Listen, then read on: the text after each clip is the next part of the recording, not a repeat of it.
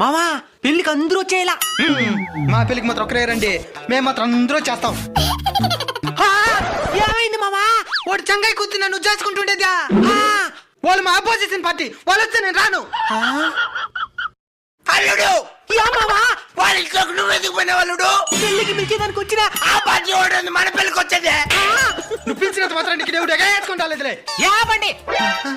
ఇప్పుడు నీకు నచ్చిన పార్టీ విన్న ఈ ప్రభుత్వాన్ని ఏర్పాటు చేసి ఏదో ఒక పథకం కింద ఇంటింటికి డబ్బులు పంపిస్తుంది. అప్పుడు తీసుకుంటావు తీసుకోవా? తీసుకుంటుండే. మా పార్టీ డబ్బులు ఎందుకు నువ్వు తీసుకునేది? అప్పుడు మా పార్టీ ఉండేటప్పుడు నువ్వు తీసుకుని ఉండే. అంటే పథకాలు కావాలి, పార్టీ మాత్రం మీదే ఉండాలి. పార్టీ ఇచ్చే డబ్బులు నచ్చుతాయి, పార్టీ మనుషులు నచ్చరు. అక్కడ ఓడిపోయినలే ఒకరినొకరు గౌరవించుకుని ముందుకెళ్తున్నారు. మీకెందుకు ఈ పగలు ప్రతీకారాలు? ఇక్కడ ఎవ్వరూ శాశ్వతం కాదు. 5 ఏళ్లకు ఒకసారి ఎలక్షన్స్ వస్తూనే ఉంటాయి. గెలిచిన వారిని అభినందించి రాష్ట్రాన్ని అభివృద్ధి పదంలో నడిపిస్తారని ఆశిద్దాం.